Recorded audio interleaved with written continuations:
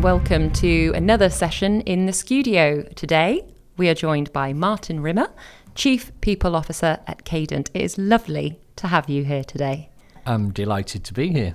Thank you very much. So, for people who might not know you so well, do you mind just giving us a little brief background on your professional career to date? Yes, well, it goes back literally a lifetime, or feels like a lifetime. Leaving education, I went initially into retail and banking. My first job, which I was very proud to get, was at Marks and Spencer's. Spent my early days shelf packing. And then moved into a career in NatWest, pushed really by my parents, who said, a career in banking, it's a bank for life, a cheap mortgage. And looking back, it makes me smile to think that it wasn't, because about 5 or 6 years later, I was made redundant as part of that big change in banking structure and setup. So I really joined utilities about 25 years ago for a contracting company called ARM. Previous to that, I'd done some call centre work. I'd been a call centre manager, so very much got into the bones of customer service and the provision of services on sort of large volume transactional type basis. So joined ARM with the task to set up a small call centre, which I did. And then my career just evolved in utilities over the next 25 years. And I've been with Cadent Gas as Chief People Officer for 4 years now, in my 5th year. And it's a job that I absolutely love. What do you love about it? So I love the fact that Cadent is a relatively new organisation, but with a really lengthy history. So what you get is the best of both worlds. So you have the ability to draw on expertise, tacit knowledge, which is unbelievable. People go back 30, 40 years in our industry. Some of our gas pipes are 100 years old. So there's a huge history there. But with it being relatively new, as in young, we have the ability to shape the way our organisation wants to be through the way we work with our people, innovation, the structure of the business, and what the future holds. All really exciting things. Sometimes if you're in a very established organisation, making change is difficult. In Cadent, it is not. We have a really supportive board ownership structure, and we have a great ex-com who are supportive of each other. So we're really able to steer the business in the direction that we want it to go. And you've been in the sector for 25 years. So how have you seen the industry change from when you started to now? It's changed massively. I worked in ARM, Enterprise, Amy, which were in fact the same organisation with different ownership, but completely different businesses. So ARM was what you might call a hard-nosed contracting business that probably behaved in a way that you certainly couldn't behave today, rightfully so. Enterprise was a combination of a old-fashioned terminology, blue-collar, white-collar setup. And then Amy was very much more of a consulting organisation.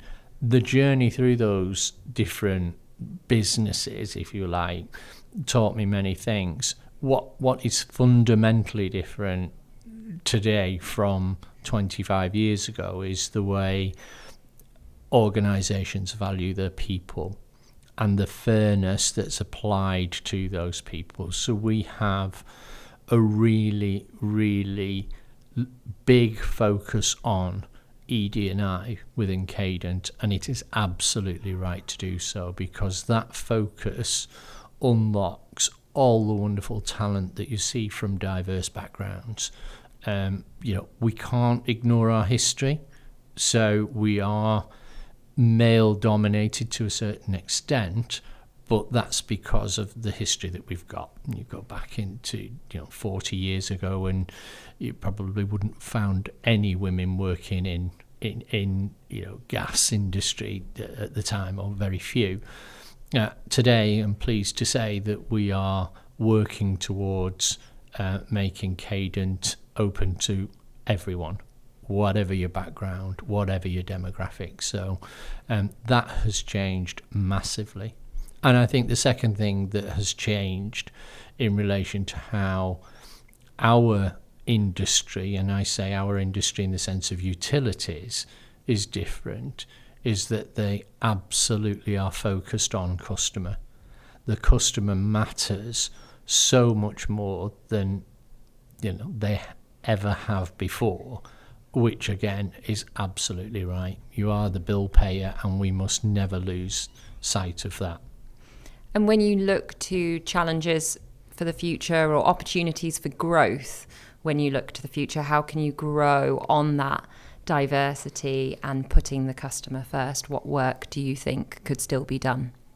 So we are still working hard on our policies of attraction. So the resourcing of our organisation still has work to do. One of the things that we've done to really open up the business to anyone who may want to come and work with us is removed any prerequisite qualifications. So what we were finding, especially with our young applicants through our new entrance schemes, was that people were put off by the fact that we may have put A-level maths or A-level science or a prerequisite degree was required. Well, we've removed that now, so that yes, there'll be certain qualifications still required, but it means that we've opened up the application process so we get to see more of the people rather than pre-screening by looking at